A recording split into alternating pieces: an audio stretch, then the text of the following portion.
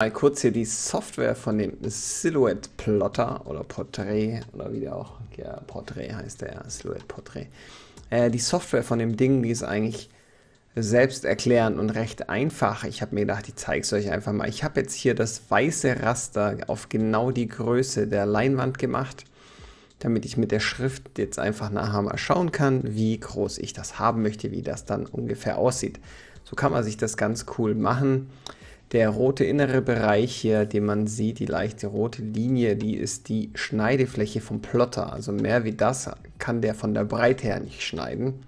Von der Länge her, ja, wenn ich jetzt das Weiße einfach weiter nach unten ziehe, dann wird das auch länger. Ist jetzt hier aber nicht wild. Ich möchte ja die exakte 30 auf 24 Maße von der Leinwand haben, damit ich einmal gucken kann, wie die Schrift aussieht. Und was ich eben noch machen will, und das ist ja auch ganz wichtig, das habe ich gerade getan, ist nochmal so ein doppelter Rand. Also die Schrift war ja jetzt ja gerade einzeln und wir brauchen für den Chromeffekt, um den noch besser oder noch, sagen wir noch stärker zu verstärken, brauchen wir noch eine Outline an den Buchstaben. Das ist wirklich wichtig.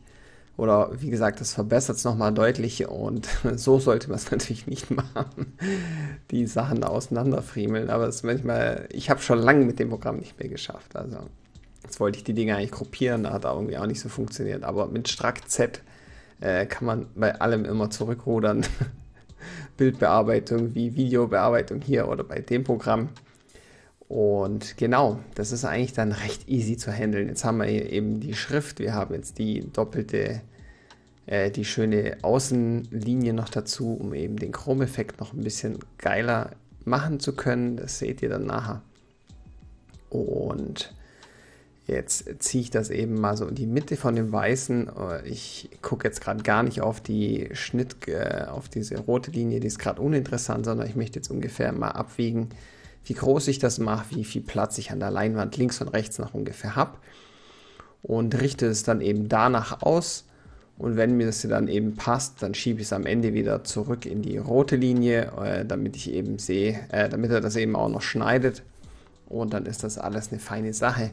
Jetzt wollte ich euch einfach mal kurz zeigen, wie das Programm hier so ein bisschen aussieht, wie man das so macht und wie man das dann quasi hier vorbereitet und dann eben fürs Plottern fertig macht und dann gibt es eigentlich gar nicht mehr viel zu tun, sondern nur noch auf Plottern und dann legt er eigentlich schon los, aber davor müssen wir natürlich die Folie einlegen und da nehmen wir die gleiche Abmaskierfolie, die ich schon für alle anderen Projekte benutzt habe.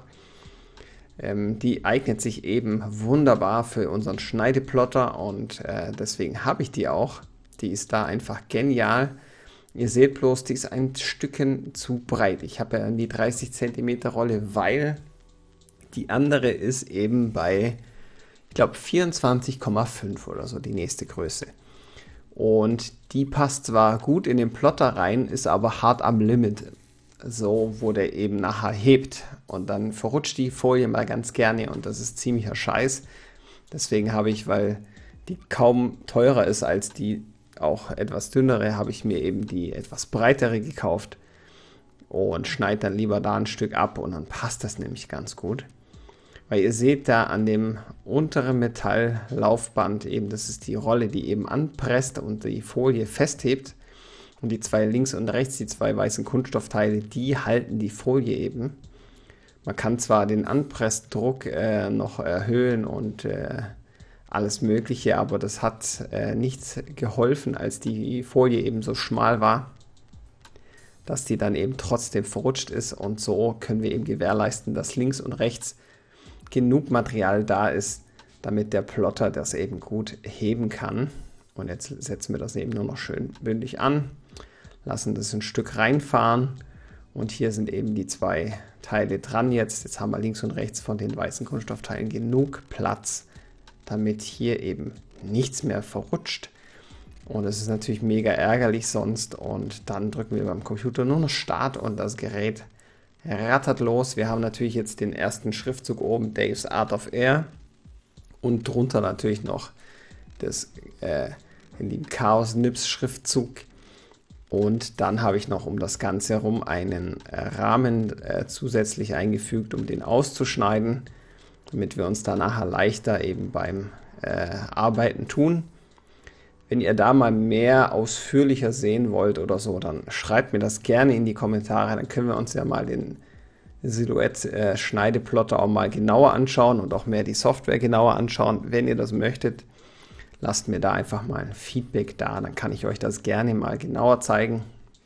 Auf jeden Fall haben wir jetzt ja hier eben schön die Abmaskierfolie. Eine schöne Kunststoffrakel mit einer festen und einer weicheren Seite. Und eben hier unser Cuttermesser, wo die Klinge noch schön im Deckel steckt. Und jetzt können wir eben das Ganze schön angehen. Und ich sage es euch, ich habe einen kolossalen Fehler ja gemacht, das habe ich ja eingangs schon erwähnt. Diese wunderbare Transferfolie hier, die macht nicht das, was der Name sagt, weil die transfert schon, aber ganz schön heftig. Und das, oh, ich sag's euch, das war ein richtiger Scheiß, Alter. Ich habe mich so geärgert. Und ich habe es vergessen. Ich habe tatsächlich schon eine neue gekauft und habe trotzdem die alte genommen, weil ich das vergessen habe, einfach weil ich schon so lange nichts mehr geplottert und geschnitten habe. Und die hat nämlich so eine hohe Klebekraft, die lässt einfach die andere Folie nicht mehr ab. Das werdet ihr gleich nachher sehen, was ich hier noch schön damit meine. Erstmal ziehen wir hier den Rahmen ab. Das Überschüssige, was jetzt völlig uninteressant ist, und es kommt auch gleich in den Müll. Und hier müssen wir jetzt auch nichts vorher rausnehmen oder irgendeinen Rahmen rausziehen oder so. Wir brauchen alle Bestandteile der Buchstaben. Das ist nämlich auch wichtig, dass da jetzt nicht die Leute anfangen, hier schon irgendwas rauszuziehen oder so. Das wäre richtig scheiße, sondern das muss wirklich gut passen, damit wir nachher die Sachen nämlich abmaskieren, bearbeiten und wieder bekleben können und dann den anderen Teil abmaskieren und. Aber das seht ihr dann noch alles schön. Aber es war einfach nur herrlich. Das war einfach nur herrlich. Auf jeden Fall schneiden wir hier noch ein bisschen das überschüssige Papier noch ab, damit eben die Transferfolie da nicht überall festklebt.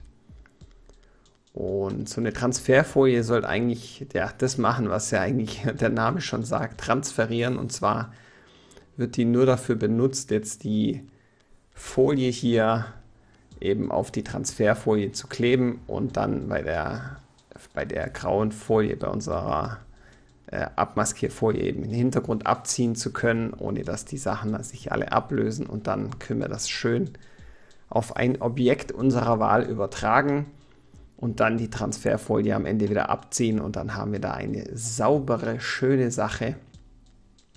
Und ich habe mir noch gedacht, das ist ja die Folie, die ist ziemlich dick und ziemlich sperrig. Also so eine Transferfolie hatte ich generell noch nie vorher gehabt, sondern immer eine andere, aber da habe ich einfach versehentlich die falsche gekauft und mir gedacht, ja, die wird schon passen. Und das war mir nämlich beim Ace und Dusty, bei meiner Live-Session, was ich auch auf dem Kanal habe, ich ja so eine Live-Geschichte, habe ich ja mal komplett live gestreamt.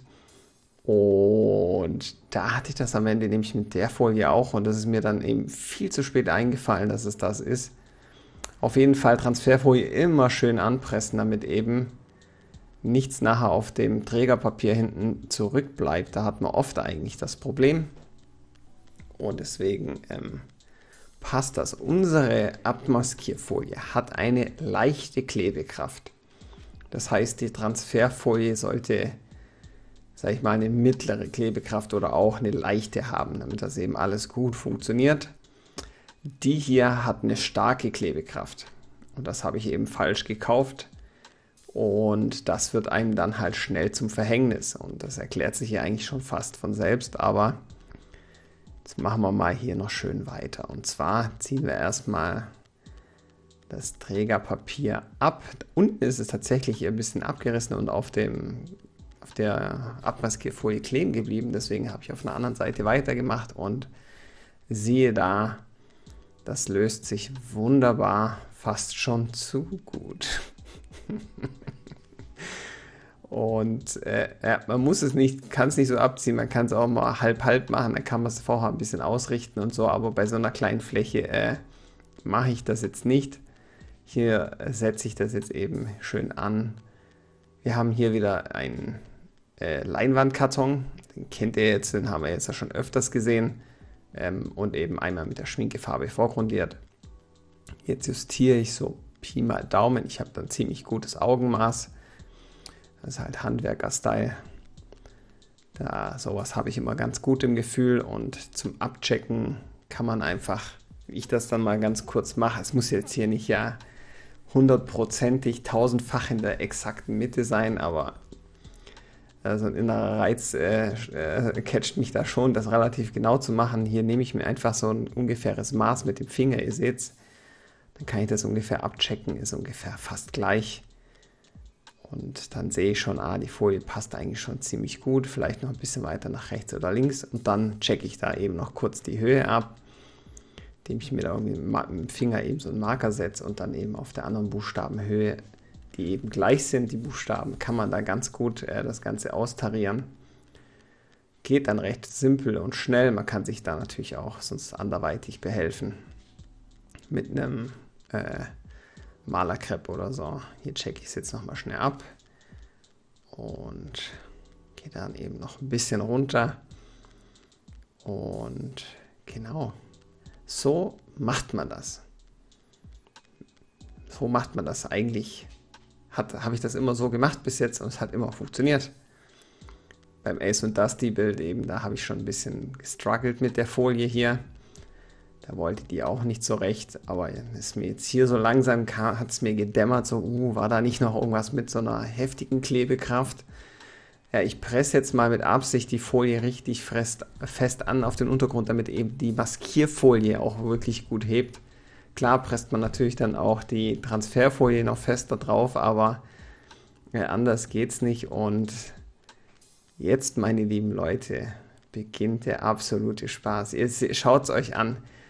Die scheiß Transferfolie, die klebt sowas von verschissen fest, dass die Maskierfolie keine Chance hat zu kleben. Wirklich null Chance. Die löst sich einfach komplett ab. Ihr seht es hier, da kriege ich schon direkt einen Anfall. Also ich kann sehr geduldig sein in vielen Sachen, aber bei sowas, da packt mich ganz schnell die Wut. Ich schwöre es euch. Ich habe mir nur gedacht, so fuck. Scheiße, das war beim Ace und Dusty Bild. Oh Mann, das wird jetzt geil. Also es war natürlich, beim Ace und Dusty Bild habe ich das Ganze trotzdem noch hinbekommen mit viel Fummlerei. Da war es aber auch annähernd nicht so viel. Und hier habe ich mir gedacht, so, ei. Man muss natürlich auch fairerweise sagen, der Airbrush-Karton oder vielleicht auch sogar die Schminke-Grundierung, die bindet, glaube ich, echt ganz gut ab, was eigentlich ja prima ist, aber sorgt, glaube ich, nochmal auch zusätzlich dazu, dass der Untergrund jetzt nicht so gut klebt, wie er eigentlich sollte.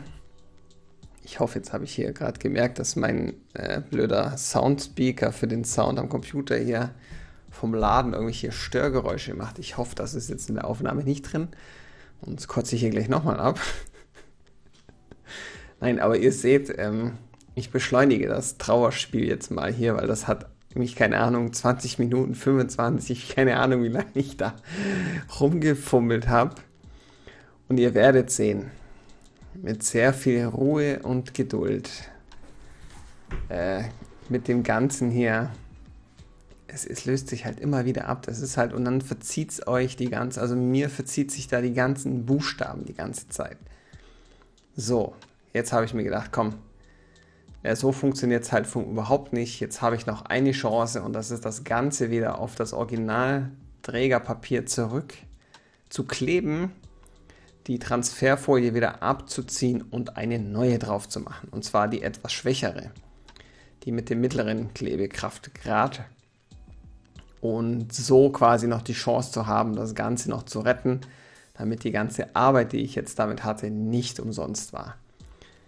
Und da sieht man jetzt eben, oben links hat sich schon der Buchstabe ein bisschen verzogen. Ihr seht es, das scheint schon so ein bisschen das Trägerpapier wieder durch. Das ist schon die Folie halt aufeinander klebt. Eine Katastrophe. Aber ihr seht jetzt mit sehr viel Geduld, mit sehr viel Eifer, da kann man wirklich noch hier einiges reißen. Und wenn man eben das Ganze zen-mäßig und wirklich in sich kehrt, dann kann man das so wie hier jetzt, wie ich das jetzt mache, kann man das Ganze einfach noch, man muss einfach Geduld haben, viel Gefühl und dann kann man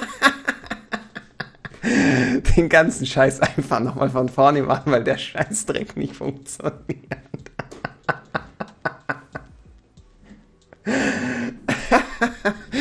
Alter Schwede, hat mich da die Wut gepackt. Ich hab mir gedacht, nein, das funktioniert nicht. Das klebt so wie die Hölle da drauf. Das ist einfach unmöglich zu handeln. Das funktioniert einfach nicht mehr. Die Folie hat so eine penetrante Klebekraft. Das ist einfach nicht mehr zu ändern. Und deswegen plottern die zweite. Und jetzt habe ich das Ganze eben nochmal schnell ausgeplottert.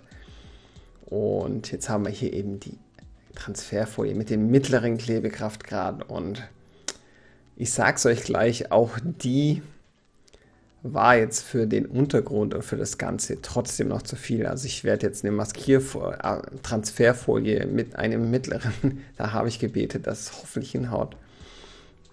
Da werde ich jetzt eben eine Maskierfolie, ich komme jetzt lauter Folien gelöt hier komplett durcheinander.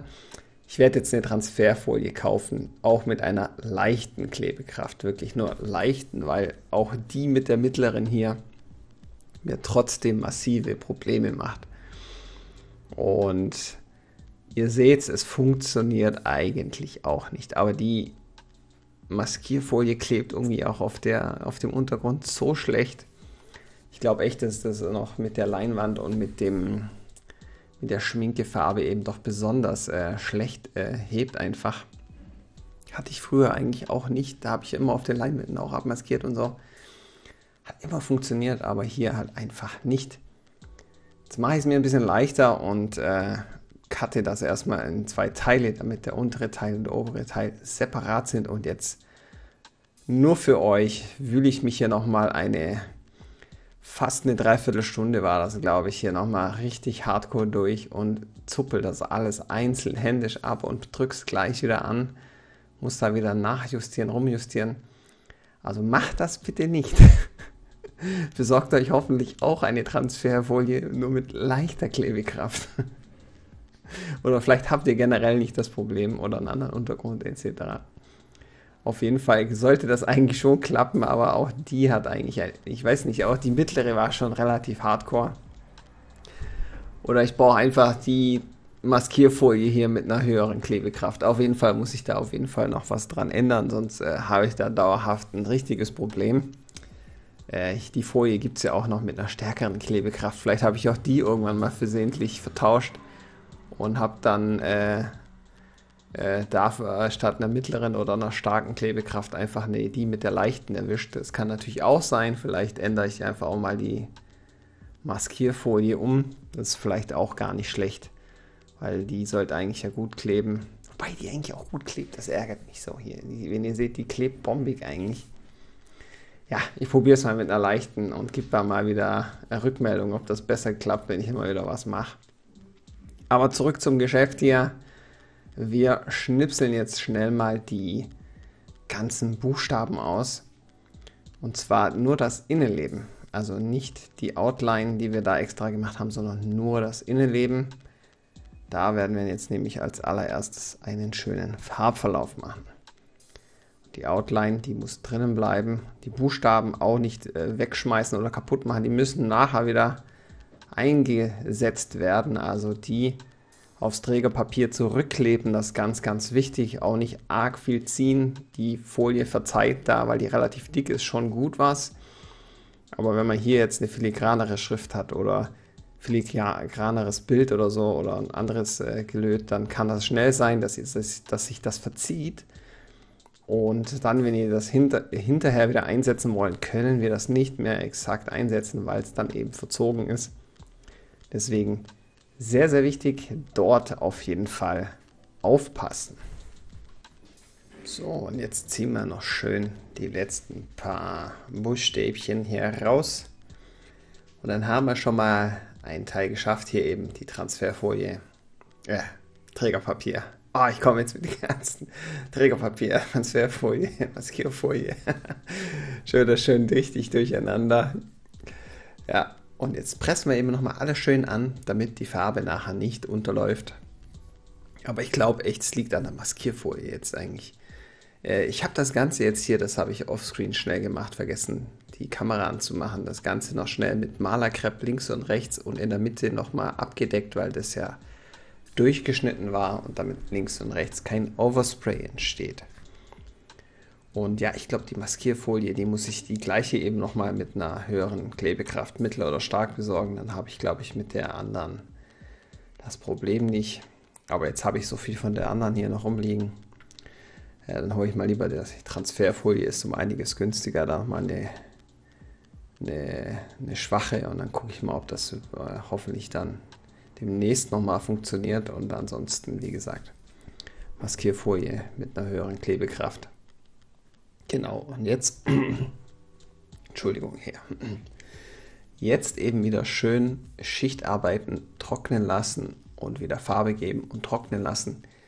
Hier hat die Gun nicht ganz schön gearbeitet, was dazu geführt hat, dass sie relativ viel gespuckt hat und dadurch dann auch relativ viel Material rauskam. Ja, das ist mir unterlaufen. Nachher werdet ihr das sehen an ein paar Stellen. Das ist etwas unschön, aber hat sich hier jetzt leider nicht ändern lassen. Das werden wir nachher unten. Da gebe ich mehr Obacht und dann haben wir das Problem nicht. Nur für euch hier einmal das Candyblau, was ich jetzt benutze für die ganze obere Schrift. Wieder einmal für euch verkehrt rum reingehalten, weil ich schon wieder es völlig verballert habe. Und deswegen war das jetzt noch auf dem Kopf. Und wir fangen jetzt eben an. Jetzt haben wir das alles schön weiß abgecovert, damit wir jetzt alles einfärben können. Und jetzt machen wir einen schönen, gleichmäßigen Farbverlauf von oben nach unten. Und die Farbe lassen wir so bis zur Mitte hin ungefähr. Oben natürlich schön stark und deckend. Also schön farbintensiv und nach unten hinweg einfach schön auslaufen lassen. Ihr seht schon, oben kriegen wir das schöne dunkelblau hin und in der Mitte haben wir schon eher fast ein hellblau, fast schon türkis. Das ist eben das Schöne bei den transparenten Farben, da kann man so viel machen mit. Und da machen wir jetzt eben diesen schönen, gleichmäßigen Verlauf nach unten hin. Natürlich hier die Punkte nicht vergessen, nachher. Und dann hat das eben gleich eine ganz schöne Wirkung. Ich habe unten an der Schrift tatsächlich auch noch einen Fehler gemacht, aber das sage ich euch nachher, wenn wir soweit sind. Es ist sehr schön, dass ich hier so viele Fehler mache. Aber wisst ihr genau, auf was ihr achten müsst. Und damit ihr die nicht macht, das ist doch mal richtig fein. Wenn ich jetzt ganz schamlos wäre, würde ich sagen, ich habe es ja mit Absicht gemacht, damit ihr das alles mal seht. Ja. Nein, ich habe es einfach verkackt. Deswegen bleibt das natürlich drinnen. Da bin ich mir natürlich, und ihr wisst das auch, nicht schade für. Und darauf erstmal ein Schluck aus meinem Bierchen. Herrlich. So. Ihr seht jetzt schon, haben wir hier einen schönen Farbverlauf. Wenn ihr nach unten hin jetzt vielleicht zu viel Farbe gegeben habt, dann nehmt einfach nachher wieder euer Deckweiß und arbeitet wieder ein Stück nach unten hoch. Das mache ich jetzt tatsächlich auch nochmal kurz. Unten war es mir jetzt nämlich ein bisschen zu nicht satt genug, das Weiß. Deswegen habe ich da nochmal ein kleines bisschen überall gegeben. Kein Muss, aber kann man machen. Und hier ist auch, und das meinte ich, die Schminkefarbe nicht mehr verdünnt. Also hier will ich dauernd die Deckkraft haben und deswegen verdünne ich die natürlich auch nicht, weil hier will ich, dass das schnellstmöglich deckt und deswegen war die bis dato, bis wir nachher zu den Reflexionen kommen, verdünne ich die Farbe nicht. Unten habe ich natürlich noch den Streifen gehabt. Dem habe ich tatsächlich auch vergessen, keinen zweiten Rand zu geben, aber das ist jetzt hier auch gar nicht so schlimm. Dann seht ihr einfach mal, wie das auch aussieht ohne so einen Rand, wie jetzt bei den Buchstaben. Es sieht auch nicht schlecht aus, es sieht auch ganz cool aus, aber hat nicht ganz so den Wow-Effekt wie nachher die Schrift mit dieser schönen Außenlinie, weil in der können wir nochmal richtig schön reinarbeiten. Und dann sieht das nämlich gleich nochmal deutlich runder aus, deutlich authentischer und echter und dann wirkt das nämlich auch gleich ganz anders. Und jetzt haben wir erstmal das Innere fertig, schön die Farbverläufe. Jetzt trocknen wir das Ganze natürlich. Hier war natürlich jetzt ein schneller Schnitt, habt ihr nicht gesehen, jetzt habe ich natürlich schön trocknen lassen. Und jetzt müssen wir nämlich eben schön die Buchstaben wieder einkleben. Und zwar so, dass die eben nicht auf die anderen Sachen drauf kleben, vor allem nicht aus den Außenrand, sonst haben wir danach ein Problem beim Abmaskieren. Also da ist jetzt auch wieder schönes, genaues Arbeiten gefragt. Und dann habt ihr da auch gar keine Probleme. Und wie gesagt, das Ganze hier habe ich bei dem Logan-Bild komplett selber ausgeschnitten und gemacht. Klar, es sah nicht ganz so cool aus oder nicht ganz so geil wie nachher das hier, aber man kann das auch schon mit Freihand also mit selbst ausgeschnitten kann man das schon auch echt gut hinbekommen. Und der Schneideplotter ist dann natürlich einfach nur nochmal 1000%ig genauer, weil er einfach exakt schneidet, aber man kann da auch schon viel mit der Freihand machen. Mit dem Freihand ausgeschnipsel. Und ja, ich finde beim Logan sieht das schon auch cool aus. Ich meine, der ist auch schon ein paar Jährchen alt. Ja, das ist schon ganz cool. Genau, warum maskieren wir das ab? Wir wollen jetzt natürlich den Rand außen machen und den wollen wir natürlich nicht einfärben mit dem, was wir jetzt schon schön fertig gemacht haben. Und ihr seht jetzt hier, wie das schön unterlaufen ist. Jetzt fällt es mir natürlich auch auf, dann passe ich nachher natürlich noch ein bisschen auf, aber beim Streifen unten zum Beispiel, da kann ich jetzt natürlich nicht mehr aufpassen, weil der hat keine Outline, der bleibt wie er ist und da ist mehr, wenn ich das sehe, dann weiß ich auch, der ist unterlaufen und ihr seht, das sieht dann nicht mehr so schön aus, wenn das so eklig unterläuft. Und ich habe jetzt dann irgendwann nachher, das mache ich dann unten bei der Schrift beim Chaos Nips, da wechsle ich dann eben auf die andere ganz schnell, weil mich das angekotzt hat, dass die einfach nicht so den schönen Farbverlauf gemacht hat, wie ich das jetzt gebraucht habe. Und ja, dann hat das auch wieder hingehauen. Aber ihr seht, das kann ganz schnell ganz hässlich aussehen, wenn man da nicht aufpasst. Also lieber besser trocknen oder den Föhn nehmen oder eben Luft von der Airbrush-Pistole und dann geht ihr auf Nummer sicher. Und dann unterläuft das auch nicht und dann sieht das auch nachher nicht so schäbig aus wie jetzt. Sieht es natürlich nicht so geil aus. Ist jetzt hier aber Gott sei Dank noch zu retten, weil wir natürlich die Outline auch noch mit der Deckweiß einmal komplett vorlegen und dann ist das alles wieder hinfällig.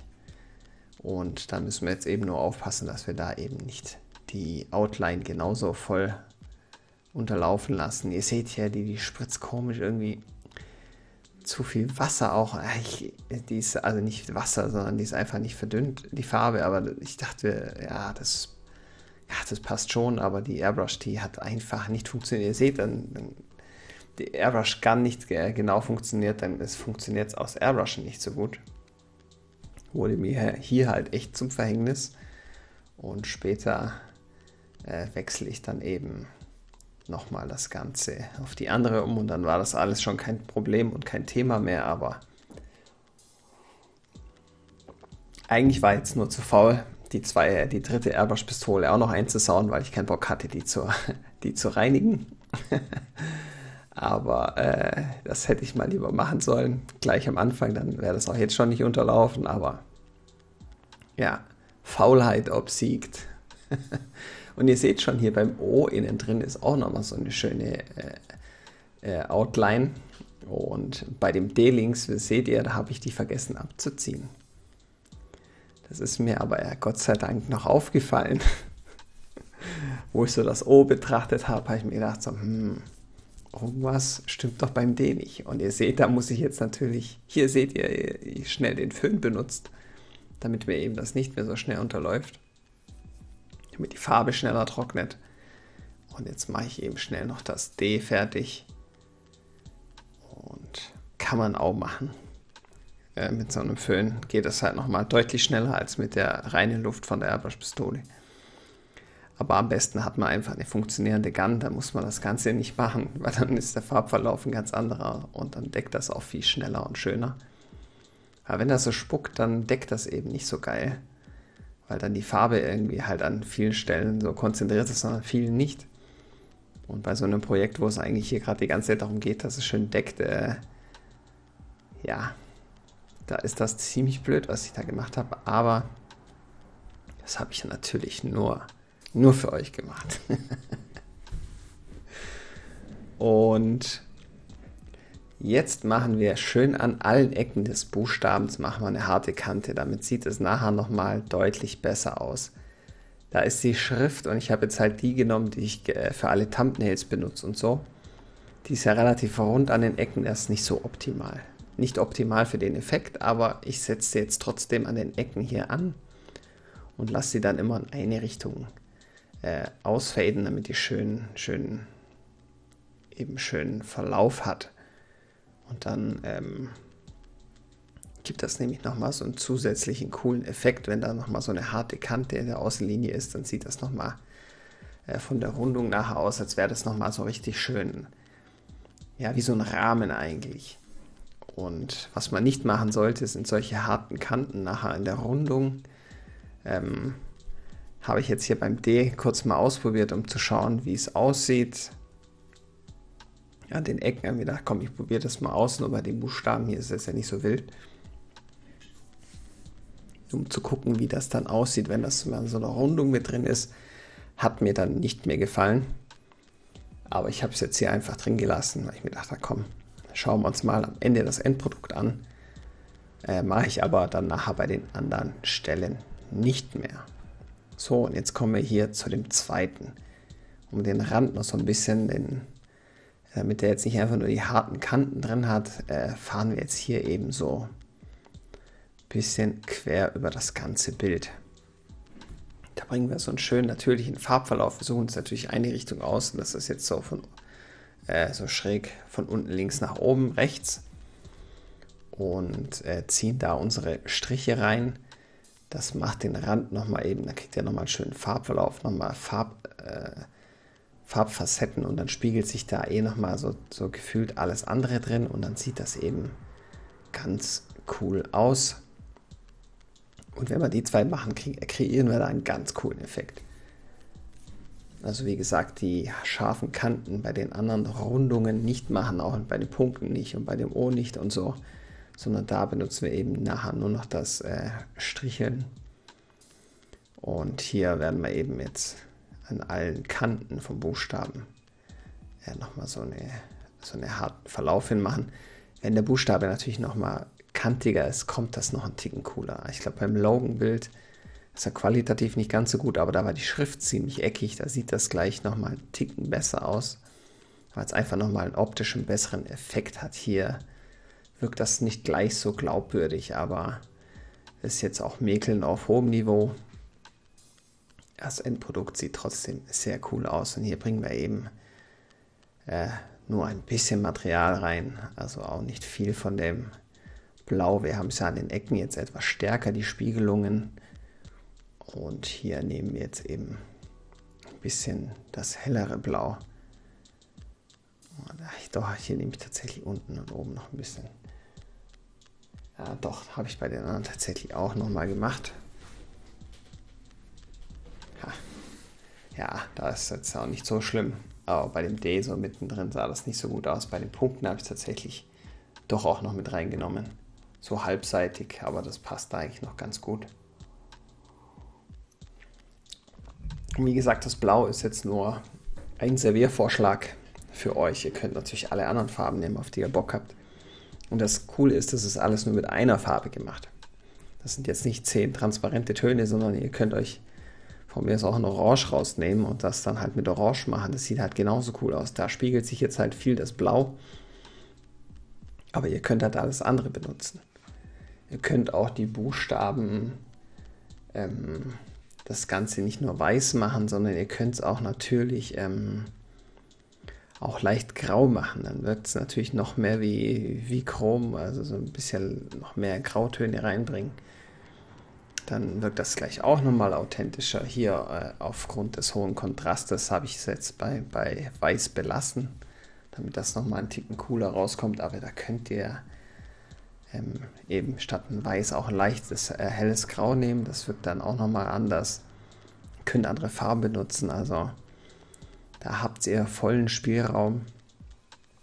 Und dann sieht das irgendwie, kann man das so designen, wie man Bock hat. Und das hat einen richtig coolen Effekt. Also am Ende, wenn man es abzieht, das sieht geil aus.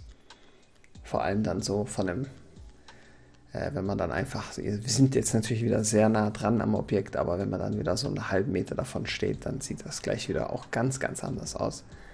Hier fällt einem natürlich jeder Makel, jedes Ding sofort ins Auge, auch das Unterlaufene, aber das ist nachher sowas von hinfällig und kaum noch der Rede wert oder sagen wir mal recht gut verkraftbar. Und deswegen kann man das ganz gut machen. Und genau, da gehen wir jetzt hier noch so durch. Und an der Außenlinie kann man auch ruhig ein bisschen, ja, da muss man ein bisschen schauen, dass man so einen guten Mix aus hell und dem Eingefärbten hat, damit das auch eine gute Wirkung hat. Nicht zu viel, nicht zu wenig. Hier macht auch wieder die Menge das Gift und dann passt das. Ja, ihr seht, hier habe ich ziemlich viel Käse gemacht, also ziemlich viel Käse passiert, aber ich find's ganz gut, also wirklich. Ich habe hier tatsächlich, war nochmal ein leichter Schnitt, ich habe an ein paar Stellen nochmal hier mit dem hellen Weiß nochmal auch so ein paar Querstriche gezogen. Das habe ich vergessen aufzunehmen, einfach nochmal, um da ein bisschen Farbvarianz reinzubringen. Kann man machen, muss man nicht machen. Und jetzt maskieren wir eben mal das obere komplett ab. Das mache ich jetzt auch nur, damit eben die Maskierfolie jetzt hier nicht zu lange drauf bleibt, weil ich jetzt natürlich die Trocknungszeit mit dem Föhn zwar ziemlich erhöht habe, aber das natürlich auch nicht, also mir war das doch ein bisschen zu heikel, das jetzt länger drauf zu lassen, weil ich nicht weiß, ob es sich dann auch noch ablöst, dann wäre der ganze Scheiß komplett gewesen an dem Tag. Ja, dann hätte ich wahrscheinlich irgendwann die Leinwand in 2 Teile gebrochen. Na, ich bin ja eigentlich echt ein ruhiger, ja, aber bei sowas, das kann mich dann mal schnell fuchsen.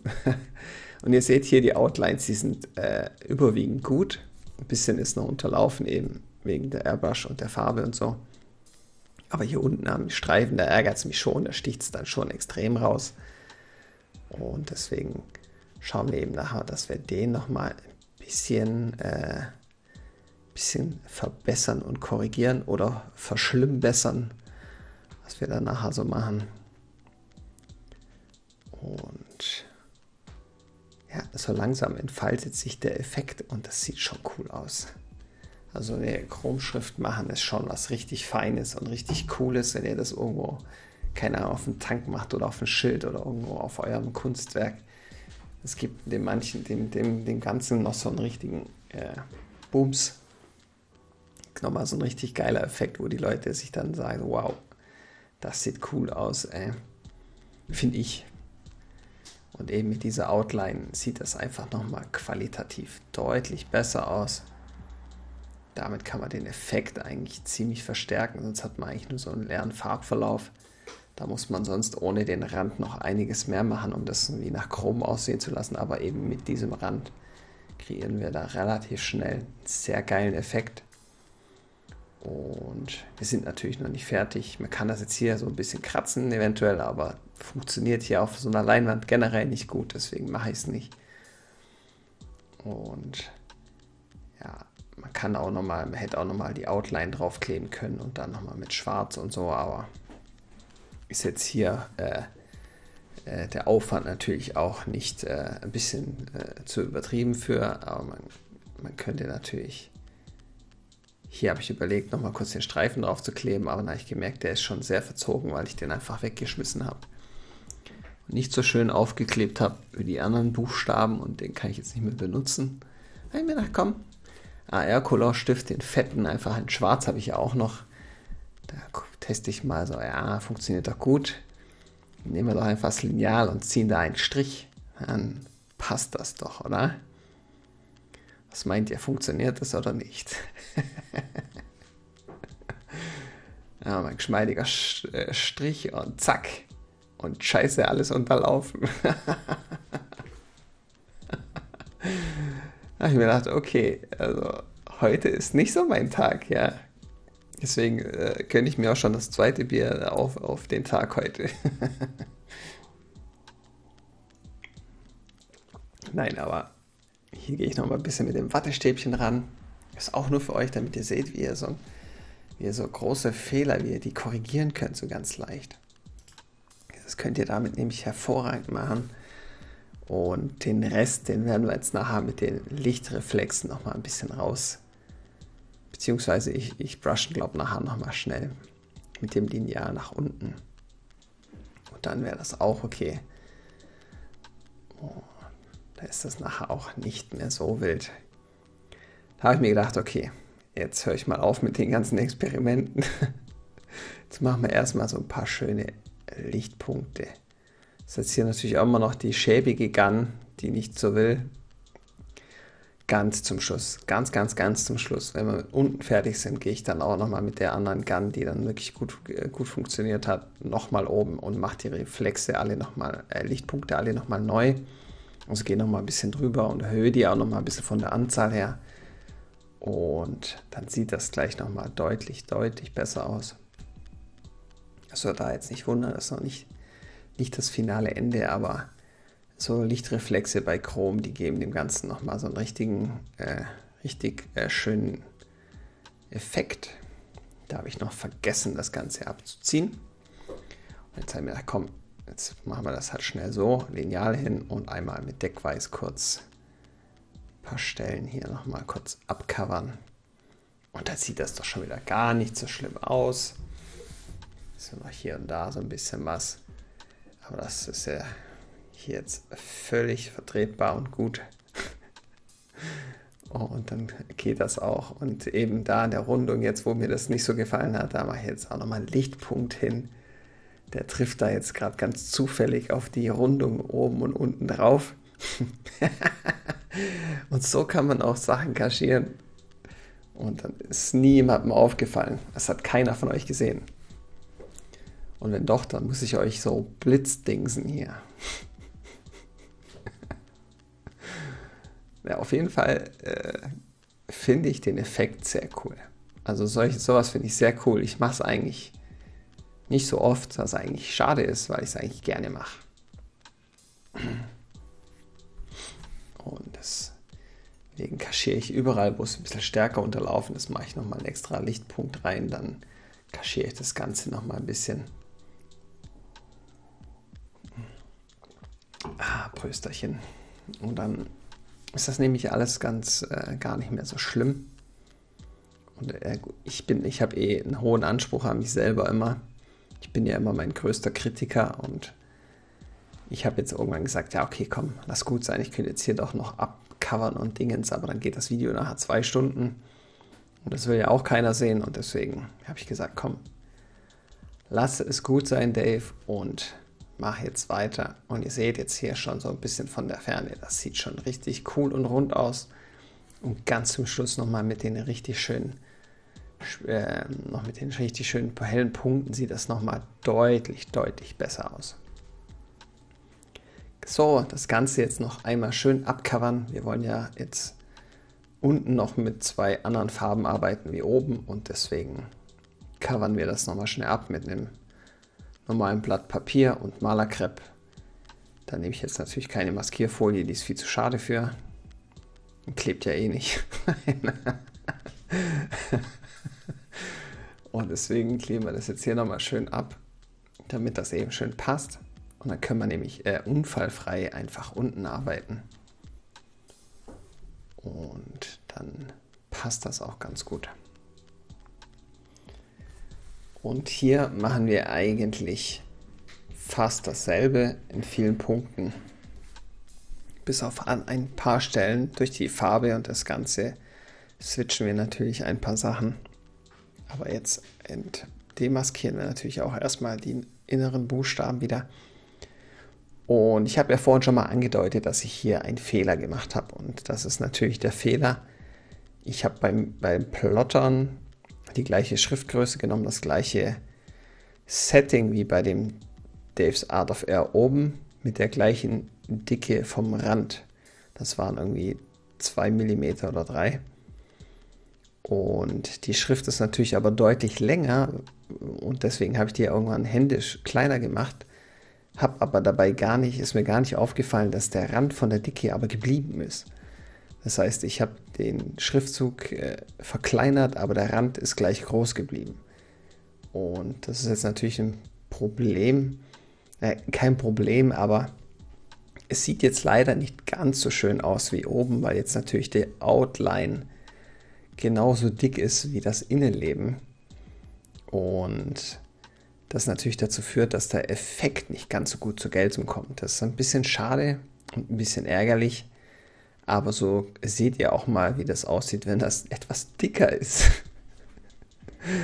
Nur für euch auch noch diese Variante. Nicht nur die farbliche und die Spiegelung innen, sondern auch nochmal ein dicker Rand. Der dickere Rand hat natürlich hier auch noch die Folge, dass natürlich der Rand der geht komplett über die ganze Schrift drüber. Also die ist miteinander verschmolzen und nicht wie oben. Jeder Buchstabe für sich.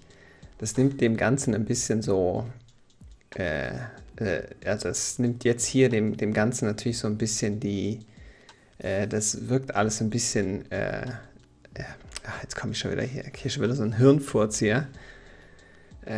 Das wirkt das natürlich nicht so schön, weil der Buchstabe innen ein bisschen verschwindet und dann wird das ein bisschen wirr fürs Auge. Ich finde, man kann es immer noch relativ gut lesen, aber der Effekt ist natürlich einfach nicht so schön wie oben. Aber ja, halb so schlimm.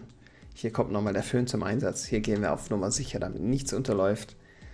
Und dann machen wir jetzt eben wieder so lang, bis das Weiß nachher wieder schön einen deckenden, schönen, satten Ton hat. Und wie gesagt, da könntet ihr auch leichtes Grau nehmen. Und dann wäre das auch noch okay. Und beim Föhnen nur aufpassen, die Folie, wenn die warm wird, dann klebt sie natürlich schnell besser und wird natürlich auch ein bisschen weicher und so. Nur aufpassen, dass dann natürlich hier kann es manchmal sein, dass sich an ein paar Stellen ein bisschen wellt oder ein bisschen aufgeht, dann einfach nur wieder fest andrücken, damit wir kein Overspray unter der ganzen Geschichte haben. Jetzt muss ich nochmal einen Schluck trinken hier. Schon wieder fast eine halbe Stunde am Stück gelabert. Alter Schwede.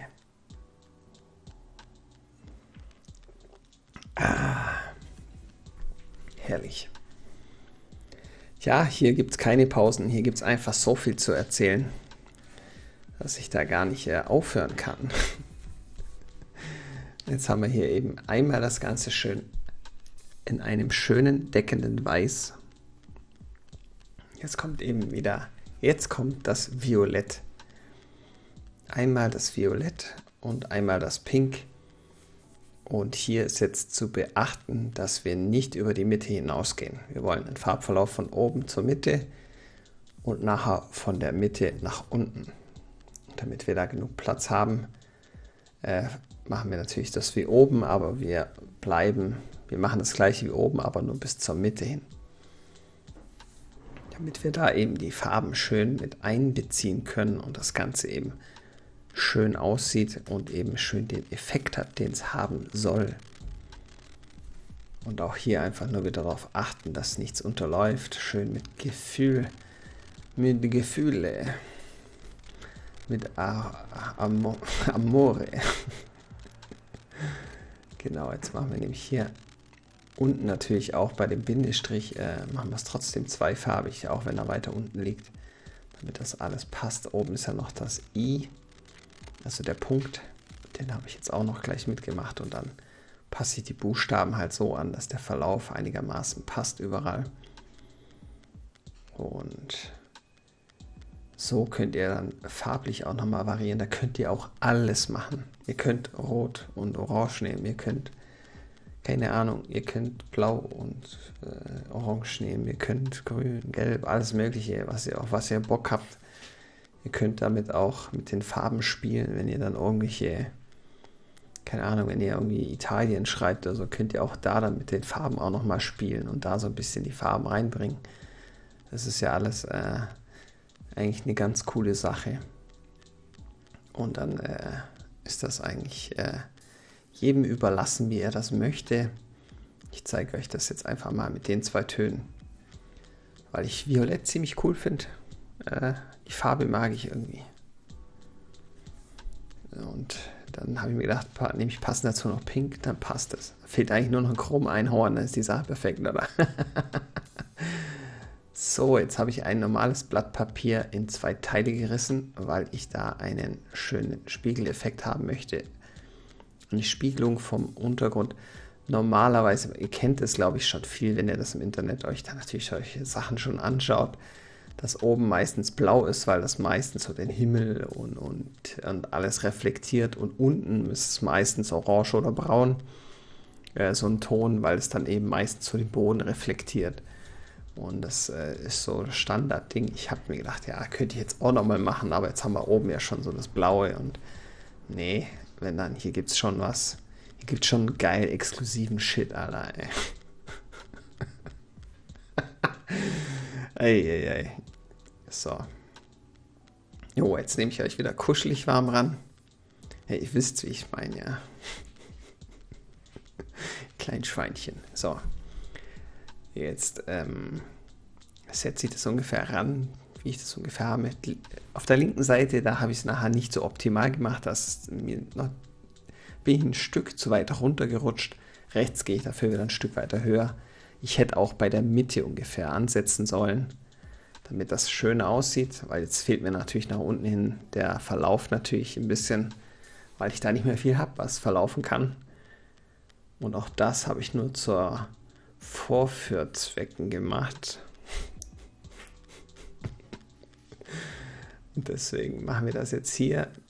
Und dann denke ich mir so, oh shit, ein bisschen zu tief. Ja, egal. Jetzt machen wir es hier noch ein bisschen kräftiger und auf der anderen Seite gehen wir ein bisschen höher. Aber wir machen auch hier den Verlauf von oben schön nach unten hin. Und dann haben wir hier nämlich einen zweifarbigen Chromeffekt, wo sich die Party-Neonlichter drin spiegeln. Und dann passt das. Und hier gehe ich jetzt eben deutlich weiter nach oben, so wie es eigentlich passt, mittig vom Buchstabe. Und so sollte man es eigentlich auch mal wirklich machen, damit es einfach besser aussieht. Das sieht auf der linken Seite nicht so schön aus. Das fällt jetzt vielleicht dem einen oder anderen gar nicht so auf, aber bleibt da schön mittig und geht runter. Dann sieht das nochmal deutlich besser aus. Ich finde immer so, die 2 Farben haben so Synthwave-mäßig was, so 80er, 90er irgendwie. Das ist, glaube ich, das, was mich daran so catcht irgendwie. Ich mag auch so Synthwave-Musik und so, das ist irgendwie ganz cool. Dröhnt schon des Öfteren mal in meiner Karre. Hab da ja ein schönes Soundsystem reingebastelt von Helix. Das sagt vielleicht dem einen oder anderen was. Eine deutsche Soundfirma, ganz günstig. Dann kostet der Verstärker schon irgendwie, was hat er gekostet? 800 oder so. Ja. Also ganz günstiges Zeug. Und der Sound ist da schon ganz geil. Da bin ich schon der öfters mal hier voll auftritt. Natürlich nur, wenn ich alleine bin. Ich will nicht, dass meinen Kids die Ohren wegfliegen. Bin ich natürlich verantwortungsvoller Papa. So. Das sieht schon mal ganz geil aus. Ich habe jetzt unten natürlich nochmal mit Weiß gearbeitet, weil ich jetzt da natürlich nicht so viel Material hatte. Gerade auf der linken Seite habe ich es jetzt rechts einheitlich gemacht, aber eigentlich müsste man das nicht machen. Und auch hier jetzt wieder ein schönes Eingeklebe des Buchstaben. Und ja, das beschleunige ich jetzt mal nicht, weil dann könnt ihr euch das mal schön anschauen, wie ich das jetzt hier so richtig mit Gefühl mache. Da eignet sich, so wie ich das hier mache, mit der Cutterklinge, das immer, den Buchstabe da so ein bisschen anzusetzen. Wenn man dann an der einen Seite so halbwegs vernünftig drin ist, dann fällt der so gefühlt schon fast von alleine da rein. Klar, es ist Übungssache, ich habe das natürlich schon deutlich öfters gemacht, aber wenn man den mal hier so ein bisschen so mit der Klinge, dann so ein bisschen und dann floppt er da schon so ganz günstig rein. Und dann passt das eigentlich ganz gut. So, jetzt muss ich hier noch kurz einmal unterbrechen für mich, weil ich muss mir noch ein Bierchen holen. So, dann, Bierchen ist da. Pröstchen. Dann kann es ja weitergehen. einmal kurz eintrinken hier. Gibt es doch nichts Schöneres wie so ein Samstagabend. Schön hier, schön geilen Tag gehabt, jetzt noch hier das Bild gemalt und jetzt hier noch schön aufnehmen. Hatte ich heute richtig Bock drauf, hey. Auch nicht mal so böckelheiß, dass ich eine Hose wieder anhabe. Es passt alles wunderbar. Noch ein, zwei Bierchen dazu, ist doch herrlich. Hier das Zwischenstück, das habe ich tatsächlich verloren. Das ist jetzt irgendein anderes Stück von dem oberen Teil. Beziehungsweise jetzt ist es noch drauf. Ich muss gerade mal gucken, ob ich das jetzt noch... Nachher, wenn ich es abmaskiere, dann irgendwann verliere ich das und dann ist es weg und dann muss ich aber nochmal was nachkorrigieren und dann geht das nicht mehr. Natürlich nicht so günstig, aber auch dafür habe ich natürlich praktische Tipps am Start. Mai bringe ich euch heute schon wieder viel bei, oder? Das ist Wahnsinn. Das ist einfach Wahnsinn. Ja, hier hat das jetzt mal mit dem Reinrutschen nicht ganz so geklappt, aber mit so ein bisschen Feintuning und ein bisschen Gefummel, dann geht das schon. Am Anfang ist das gar nicht so leicht, aber irgendwann läuft das ganz alleine, wenn man das ein bisschen übt. Aber eben der Trick mit der Klinge oben ist richtig gut, so kann man es unten schon so ein bisschen reinfallen lassen und dann poppt das so richtig rein und dann passt es. Jetzt kommt eben noch unten noch die 2 Büstäbelchen und dann müssen wir noch den ganzen Rest demaskieren. Und dann sind wir nämlich hier auch schon ganz schön weit gekommen. Und so einen Effekt, den kann man ganz schnell kreieren. Also der geht recht zackig, wenn man es mal drin hat. Das ist schon irgendwie... ich glaube, ich muss mal so ein Synthwave-Bild machen, ey. Mit so einem geilen Raster und so einer Sonne im Hintergrund und vielleicht einem Ferrari von hinten oder so. Irgend so ein Käse werde ich jetzt mir mal... Habe ich irgendwie Bock drauf. Und hier seht ihr, was ich gemeint habe, dass es hier mit dem Rand natürlich so war, dass der natürlich halt jetzt hier komplett abschließt einmal. Und zwar komplett den ganzen Schriftzug entlang. Macht es natürlich auch noch ein bisschen schwieriger, da nachher harte Kanten zu finden, wo man den Effekt noch verstärkt. Und ihr seht, der Rand ist eigentlich fast so dick wie das Innenleben. Und das macht es natürlich, nachher nimmt es natürlich dem Innenleben so ein bisschen seine Wirkung und dann wirkt es nicht ganz so kontrastreich und prägnant wie oben. Aber wenn ihr da natürlich drauf achtet und nicht so wie ich das so nicht so beachtet, dann sieht das nachher auch ganz gut aus. Also ja, auch gerade zweifarbig finde ich den Chromeffekt noch besser.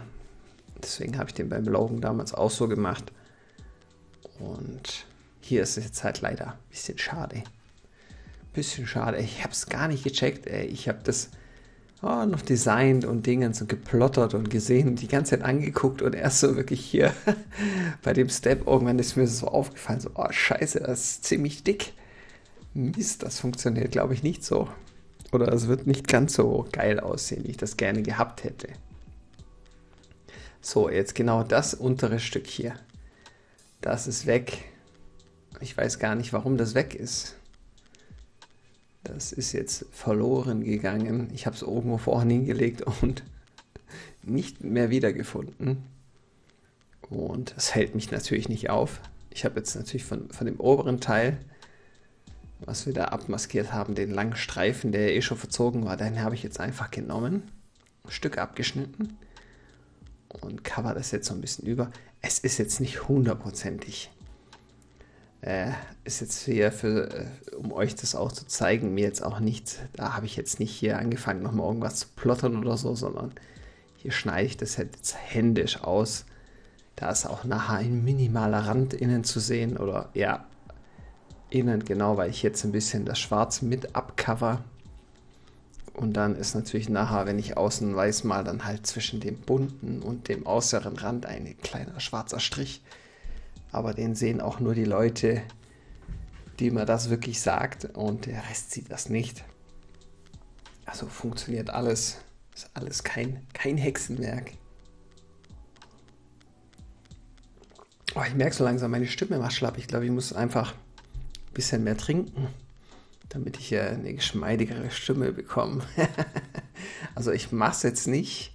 Also ich muss es hier machen, damit ich hier noch besser reden kann. Ja? Noch 1, 2 Schlücke mehr trinken.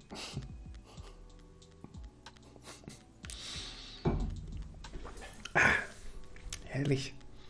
Wie ihr seht, hier ist die andere Airbrush-Pistole am Start jetzt. Und mit der funktioniert das schon deutlich besser. Da haben wir gleich einen viel besseren Farbverlauf, viel besseres Farbbild. Und hier covert das auch gleich deutlich besser ab. Also das ist wirklich absolute Wahnsinn. Ihr könnt natürlich auch statt dem weißen innen drin hier, also generell, könnt ihr natürlich auch eine andere Farbe wählen und von oben halt einen anderen Verlauf machen. Oder ihr macht es innenfarbig und dann nachher mit weiß den Verlauf. Das ist auch alles möglich. Da könnt ihr gerne mal rumexperimentieren und schickt mir gerne eure Bilder. Wenn ihr sowas hier ausprobiert, auch vor allem mit anderen Farben und so, würde mich mal mega interessieren, wie das bei euch so aussieht. Schickt mir da gerne mal eure Bilder. Entweder per E-Mail oder könnt ihr auch bei Instagram machen mit dem Hashtag Dave's Art of Air, dann sehe ich das auch. Und dann könnt ihr das natürlich auch machen. Und ja, das sieht hier gleich ganz anders aus. Deckt auch gleich ganz viel besser. Jetzt gehe ich hier nochmal schnell mit dem Föhn drüber, damit das eben gleich mal gehörig anzieht. Und dann passt es auch. Ich hier mit meinem schwäbischen Dialekt, ein Schwabe, der hier in Bayernland wohnt, kostet alles Geld, gell? Ich hoffe, man hört es nicht so krass. Und wenn doch, ist es mir egal.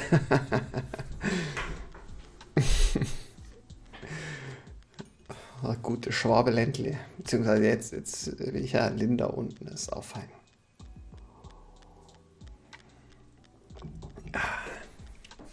Der schöne Bodensee. Ja, ich glaube, der Nils, der kommt ja hier aus der Nähe, hat er mir schon gesagt. Ich weiß auch schon, ist gar nicht so weit entfernt. Halbe Stunde oder so.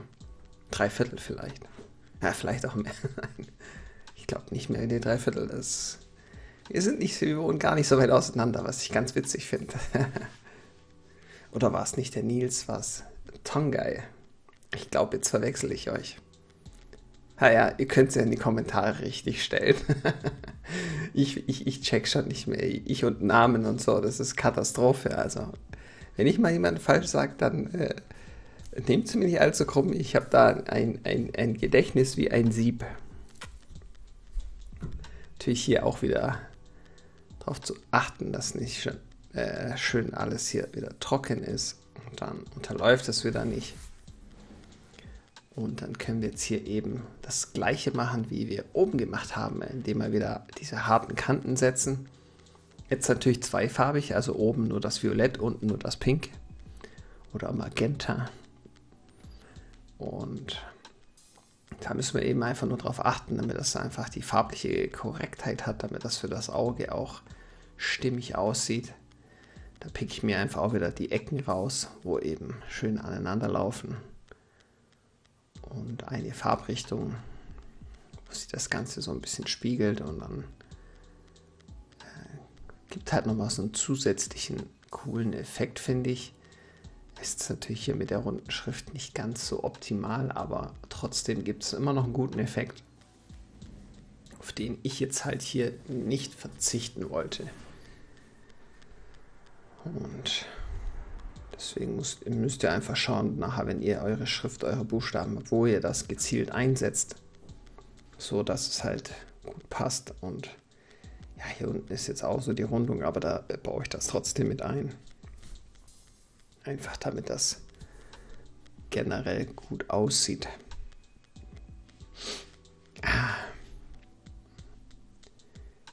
Genau. Und so arbeitet man sich dann so Step by Step dadurch. Ist zwar hier jetzt ein bisschen mühselig bei einer größeren, längeren Schrift und so, aber es zahlt sich am Ende des Tages aus. Wenn der Rand natürlich nicht ganz so dick ist, ist natürlich noch ein besserer Effekt. Aber nur für euch habe ich den hier extra so dick gemacht. Vor allem ist auch in den runden Buchstaben auch noch so dick, dass innen eigentlich das Schwarze kaum noch zu sehen ist. Und noch ein Hauch nimmt ihm natürlich auch noch mal so ein bisschen den Flair, aber wie gesagt, es ist halb so schlimm. Aber sieht man, was so unachtsam oder wenn man nicht ganz so dabei ist oder nicht aufpasst oder was auch immer lag bei mir jetzt, war ich einfach wieder so in meinem Flow und meinem Ding und war wieder so drin und dann bin ich immer so, will's machen. Und dann habe ich da wirklich nicht mehr drauf geachtet, dass das Programm das auch nicht übernimmt, oder? Das hätte mir ja zuliebe einfach mal mitskalieren können und den Rand einfach, da bin ich jetzt mal ehrlich gesagt ganz stark davon ausgegangen, dass es auch wirklich so funktioniert, damit es runter skaliert wird und habe dem Ganzen dann einfach keine Beachtung mehr geschenkt. Ja, das hätte ich mal lieber nicht machen sollen. Aber es sieht trotzdem echt cool aus. Gerade die Farbkombi, ich finde sie cool. Ich finde sie richtig geil.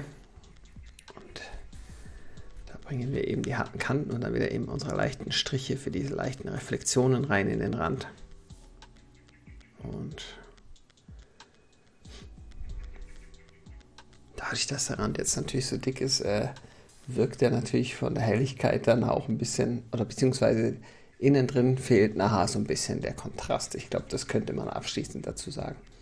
Innen ist so ein bisschen der Kontrast weg und natürlich auch das Bicolore geht dann natürlich ein bisschen verloren, weil natürlich dann von außen so viel Bewegung drin ist in dem Bild, dass es natürlich schwer ist fürs Auge, das dann gleich zu checken. Das ist eigentlich sehr schade, weil es den Effekt ein bisschen mindert. Und ja, Mei, so ist es halt, gell. Das ist halt so. Jetzt nehmen wir jetzt hier den Farbwechsel, jetzt gehen wir wieder aufs Violette drauf und machen dann noch das Violette oben. Und ja, da gehen wir jetzt auch noch an die Ecken, also an die Rundungen gehe ich da jetzt hier gar nicht mehr groß dran, weil ich eben nicht so schön finde. Einfach so ein paar Stellen, wo es passt. Aber da müsst ihr dann einfach auch selber ein bisschen rumprobieren einfach. Aber man kann mit der Technik kann man brutal schnell, recht einsteigerfreundlich und recht einfach in Anführungsstrichen diesen Chrome-Effekt machen. Man kann natürlich Chrome-Effekte natürlich auch noch ganz anders kreieren, aber da muss man natürlich dann deutlich mehr Zeit aufbringen und braucht man deutlich mehr Gun Control und. Man kann natürlich schon die Schriften noch einen Hauch realistischer machen und so, aber das ist wie gesagt nochmal deutlich aufwendiger. Und ich finde die Variante eigentlich sehr stimmig von Aufwand und von Wirkung und allem und deswegen ist es auch meine bevorzugte Art und Weise, das Ganze umzusetzen. Und hier orientiere ich mich so ein bisschen an unten an den Strichen, dass ich so schon so ein bisschen auf der Höhe von den Sachen, also von der Richtung bleibe, aber eben nicht zu stark nach unten gehe, damit sich das nicht zu stark mischt. Das soll ja schon so ein bisschen farbliche Trennung sein. Außer wieder so ein Spiel zwischen beiden Sachen. Da muss man einfach wieder ein bisschen schauen, wie man das Ganze einfach macht. Und dann klappt das nämlich ja auch. Es sieht jetzt natürlich wieder richtig kacke aus, aber wenn wir das Ganze abmaskieren, dann kommt wieder der schöne Effekt wie oben. Wenn wir da eben oben dann nachher auch noch ein bisschen das Feintuning machen und ein bisschen die schönen Lichtreflexe, Lichtreflektionen. Da nehme ich auch keine Sterne. Ich mag Sterne da nicht so wirklich. Ich finde, solche Sterne als Reflexionen bei solchen Sachen, ich empfinde die immer so ein bisschen als kitschig. Bei so einem Effekt finde ich die eher ein bisschen kitschig. Ich bin eher derjenige, der diese Punkte und diese hellen Farbverläufe macht, aber das ist nur mein Geschmack. Viele nehmen auch die Sterne, das finde ich auch völlig in Ordnung, aber meins ist es da nicht so. Ich mag das dann eher, wenn das so nur die Punkte sind. Es wirkt für mich immer noch so ein bisschen ein Hauch realistischer einfach. Da seht ihr jetzt, oben und unten ist so ein leichter schwarzer Rand. Könnte man sogar sagen, das ist die Reflexion vom Hintergrund. Also es wird einem Otto-Normalverbraucher niemals auffallen, aber mir fällt es natürlich direkt auf. Und jetzt demaskieren wir eben einmal schön das Ganze von vorne bis nach hinten. Ich trinke jetzt erstmal nochmal einen Schluck. Ich merke schon langsam, meine Stimme kackt hier ab hier.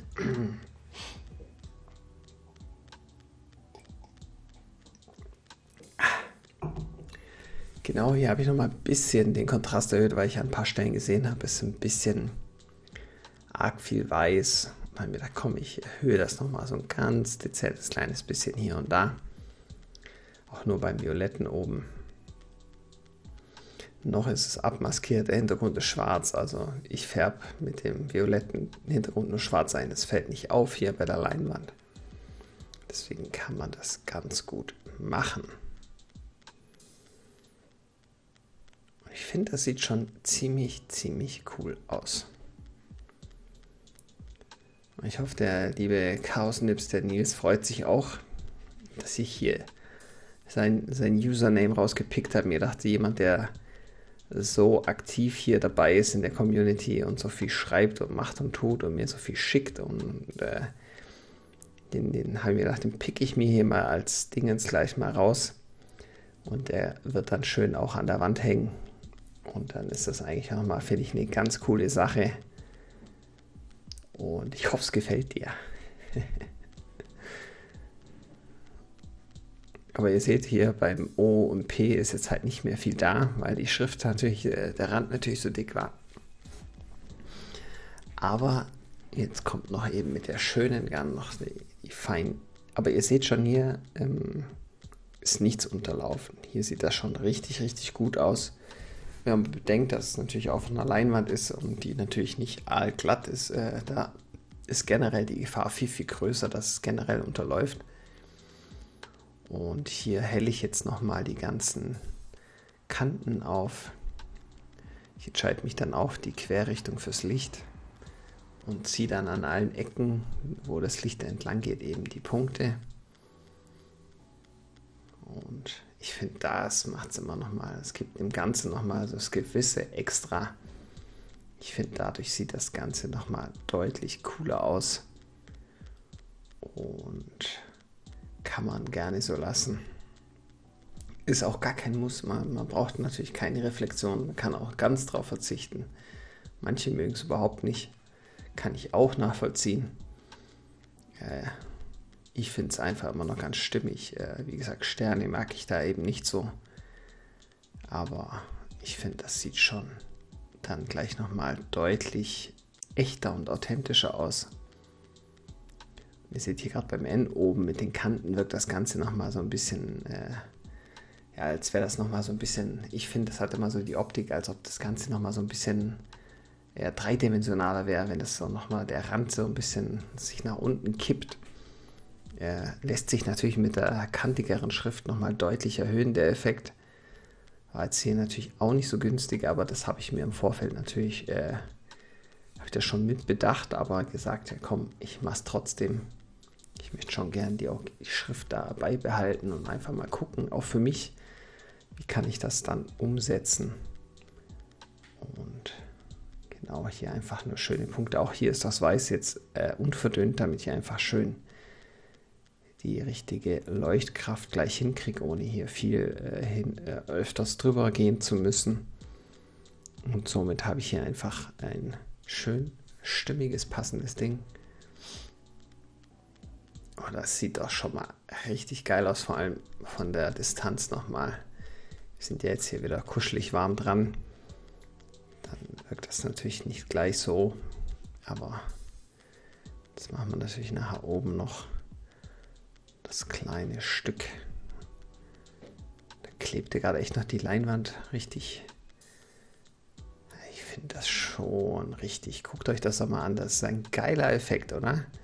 Wie leicht wir den jetzt, hier den Rand, wo es jetzt noch so ein bisschen Dreck und ein bisschen noch was durchschimmert, das mache ich nachher mit Schwarz noch weg und dann eben hier ist der Rand eigentlich zu dick, das zeige ich euch hier nochmal. Hier ist da oben haben wir einfach den besseren Effekt, weil der Farbverlauf einfach prägnanter ist und das sollte eigentlich auch besser so sein, das sieht einfach besser aus. Jetzt machen wir oben eben nochmal hier kurz, gehe ich nochmal mit der Gun die Punkte ab, die mich da noch so gestört haben.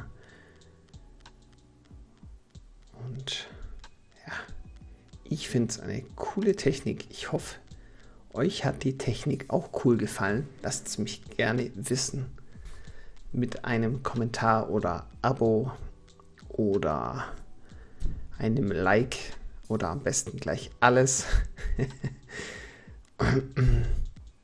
Wie gesagt, generell, wenn euch meine Videos gefallen und mein Kram, den ich so mache, dann